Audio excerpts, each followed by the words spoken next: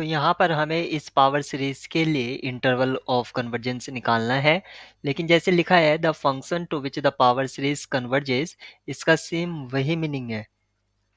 तो सबसे पहले हम गिवन जो सीरीज है उसके लिए यू एन लिख लेते हैं। यू एन होगा हमारा -1 raise to the power n plus one n x raise to the power 2n-2।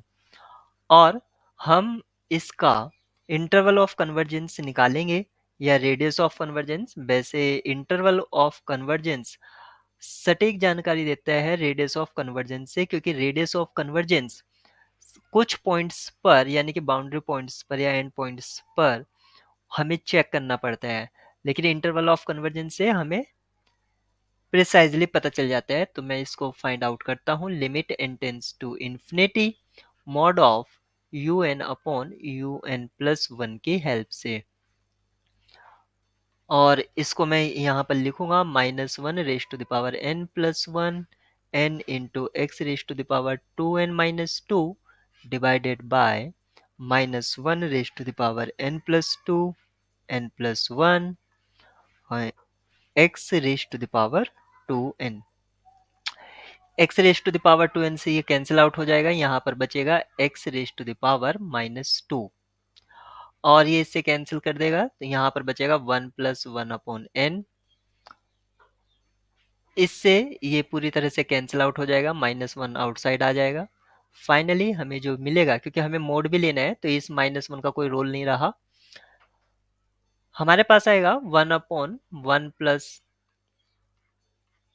1 upon n और 1 अपॉन एक्स स्क्वायर, और ये रहेगा इनसाइड मोड।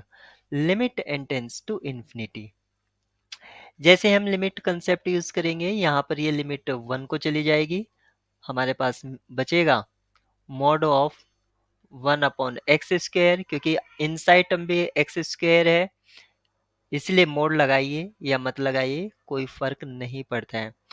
और ये जो पावर सीरीज है ये रेशियो टेस्ट कब एप्लीकेबल होता है, जब आपका पॉजिटिव टर्म सीरीज हो, इसलिए हमने मोड यूज किया, और इस केस में ग्रेटर देन 1 होना चाहिए। इसका मतलब हुआ 1 upon x square greater than 1, इसका मीनिंग हुआ एक्स स्क्वायर लेस देन 1, और यहाँ से मैं लिख सकता हूँ -1 less than x less than 1। तो हमें एक तरह से मिल गया है x बिलोंग कर रहा है आपका -1 और 1 के बीच में। तो एक तरह से ये आपका इंटरवल ऑफ कन्वर्जेंस होगा।